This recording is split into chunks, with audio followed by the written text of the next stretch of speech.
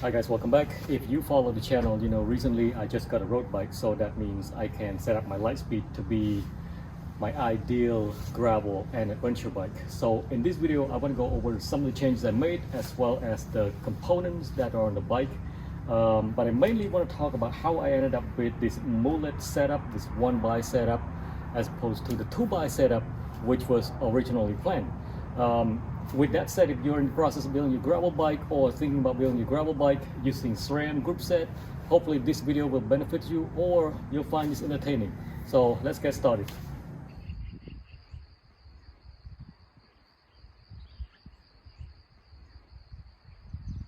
So first of all, I would like to thank one of the viewers who commented to clamp on the seat post instead of the top tube. Appreciate that.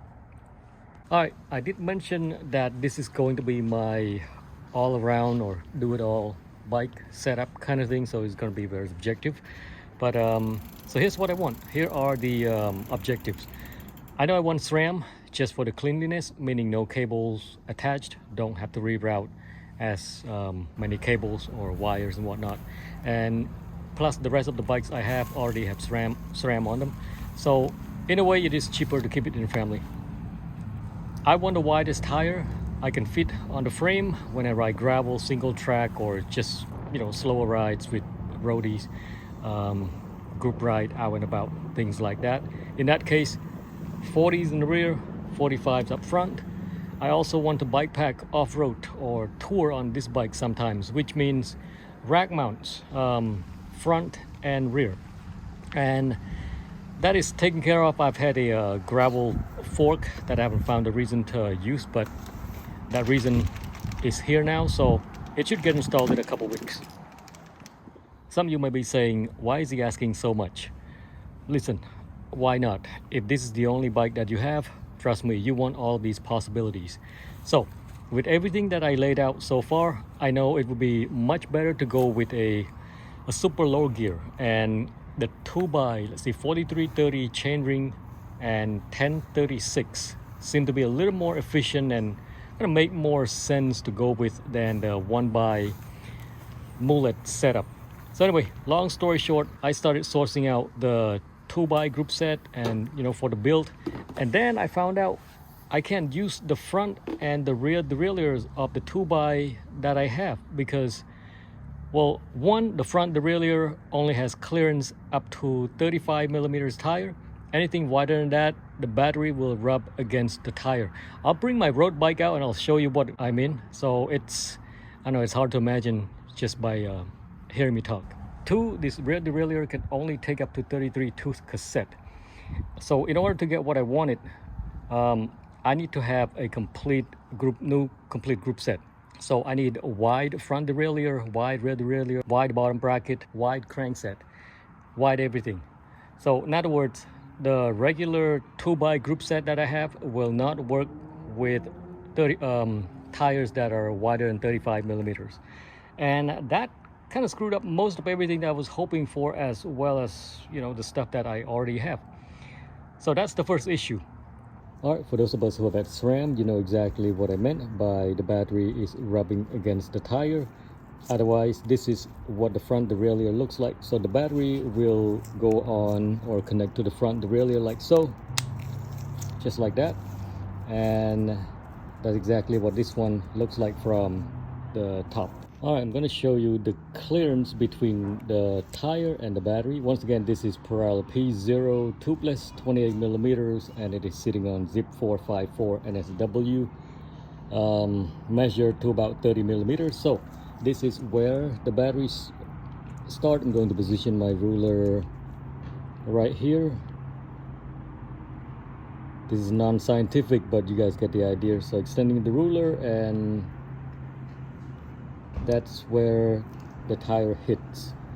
And we look at it, we're about 9 millimeters. So 30 plus 9 millimeters, that's 39. But remember, between the tire and the battery, there should be some sort of clearance. I don't know, 3-4 millimeters clearance. So we're left with about 34-35 millimeters, and that's why this derailleur, the standard front derailleur, does not work with anything wider than 35 millimeters tire.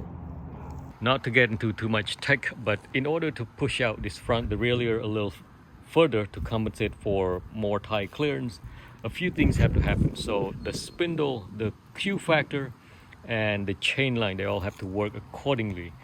So that means SRAM needs to come out with a new setup, which they did. They came out with what is called the wide setup.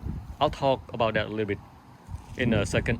But with the wide setup, you get up to 45 clearance, and 45 clearance honestly solves a lot of issues for most people. But like I mentioned earlier, for my use case, I don't know, I just see that there's more potential with the one bike.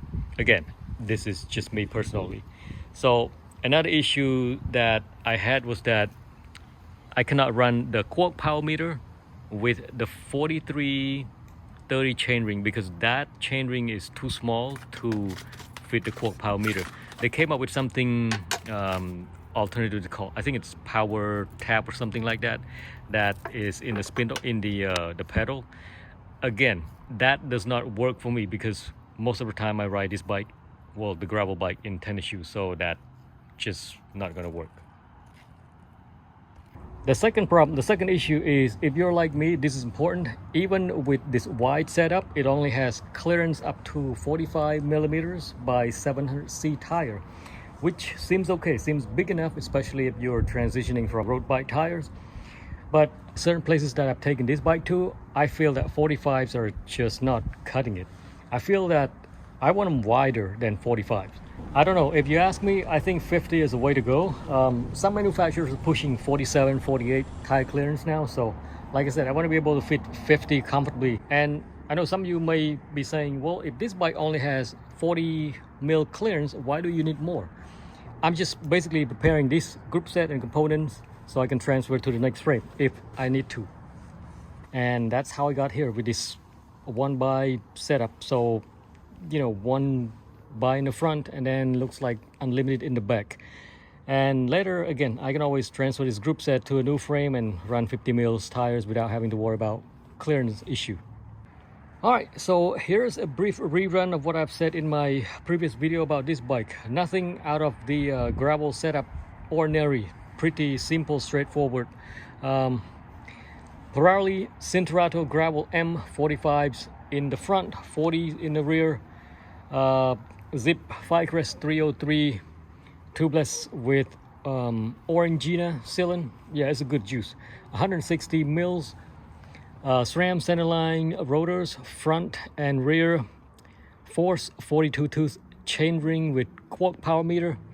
I have a question. Why not power yard or power foot? Why power meter? I don't understand. Lots of things I don't understand. 1050 XX1 cassette, XX1 chain. I was hoping for XXX, but I'm a bit disappointed because they said you got to be 21 to buy your group set now. Anyway, in terms of the color choice, I would never go with gold again as long as I have titanium frames. I mean, I can do rainbow or oil slick in this case, but after owning 3 titanium bikes, they can be very, very picky on a color choice. GX Access derailleur, because I'm cheap and it works awesome. The same thing on my mountain bike, no issues whatsoever. Shimano dual-sided pedals, because most of the time I'm riding this bike in my tennis shoes, like a lot.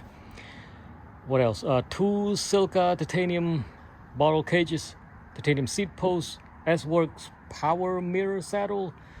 I stole the saddle from my road bike and then gave the Evo to the road bike. I'm still testing that out, and I should have my verdict in, I don't know, hopefully a couple months. What else we have here? 90 millimeters titanium stem and 30 mil spacers.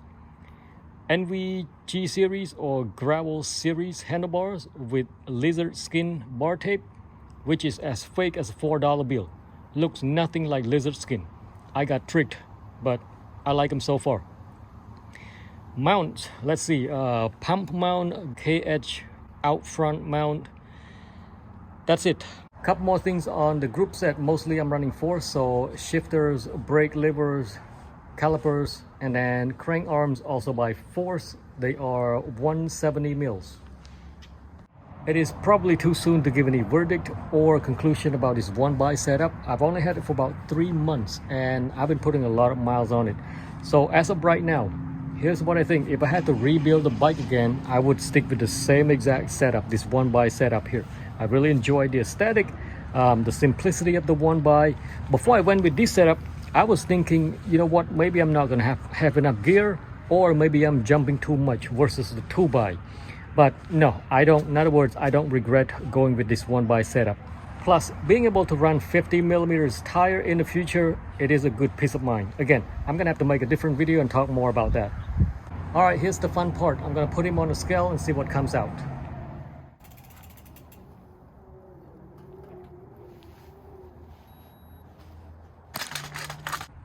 All right, I'm weighing this again. Last night I had to finalize a couple of things and it was too dark. Happens every time.